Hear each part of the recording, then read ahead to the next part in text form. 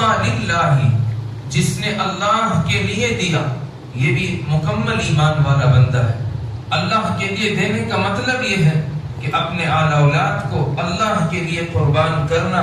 اپنے آل اولاد کو اللہ کے راستے میں نکالنے کی کوشش کرنا، اور اپنے آل اولاد کو اللہ کے راستے میں جماعتوں کی شکل میں، جو اللہ کے نبی محمد عربی صلی اللہ علیہ وسلم کو، اللہ کے نبی صلی اللہ علیہ وسلم نے جس مشن کو لے کر چلا ہے، صحابہ نے جس کو پھیلایا ہے، علماء نے ہم تک پہنچایا ہے، اس مشن کو لے کر چلنے کا نام دعوت کا کام ہے۔ اس دعوت کے کام میں بھی اپنا مال و جان لگانا، یہ بھی اللہ کے عطا میں شامل ہے۔ اور اسی طریقے سے کوئی مسلمان، اس کا بچہ مدارس میں پڑھ رہا ہے اور وہ اس قابل نہیں ہے کہ اللہ کے کلام کو خرید سکے، حدیث کی کتابوں کو خرید سکے، اور اپنے کپڑے کو پاک و صاف کرنے کے لیے صابن نہ خرید سکے،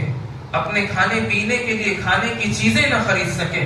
ایسا آپ کو معلوم ہو گیا کہ فلاں شخص اور فلاں شخص کا جو بچہ ہے فلاں مدرسے میں تعلیم حاصل کر رہا ہے، اس کی حیثیت وہ نہیں ہے، اس کی اوقات وہ نہیں ہے، تو اس صورت میں جو آدمی اللہ کی رضا کے لیے اس بچے کو دیتا ہے اور اس کی تعلیم کو جاری رکھتا ہے، یہ بھی اللہ کے راستے میں دینے میں شامل ہے۔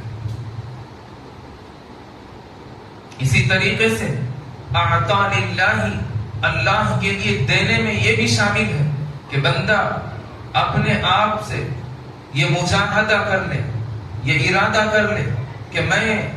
صبح سے لے کر شام تک اپنے گھر والوں کے لیے، اپنے بچوں کا پیٹ بھرنے کے لیے میں کمانے کے لیے باہر جا رہا ہوں، تو اس کمانے کے لیے باہر جو جاتا ہے، وہاں جو مشقتیں اٹھا کر جو پیسہ کماتا ہے، یہ بھی اعطا للہ ہی میں داخل ہے، کیونکہ حکم اللہ کا چل رہا ہے، شریعت محمد عربی صلی اللہ علیہ وسلم کا چل رہا ہے، کیونکہ اللہ کے نبی نے فرمایا النکاح من سنتی وقال فمن رغب عن سنتی فلیس منی۔ آدمی جب نکاح کرتا ہے تو نبی کی سنت پر عمل کرتا ہے، اب جب سنت پر عمل کر لیا، اس کے حق میں لڑکی آ چکی، اس کو پالنے کا حق اللہ تبارک و تعالیٰ نے اس کو دیا ہے، تو یہ بھی اعطا للہ ہی میں داخل ہے۔ اور بہترین صدقہ کلام پاک کے اندر آتا ہے کہ سب سے بہترین صدقہ وہ ہے جو اپنے آل اولاد کے لیے خرچ کیا جائے، اپنے گھر بار کے لیے خرچ کیا جائے۔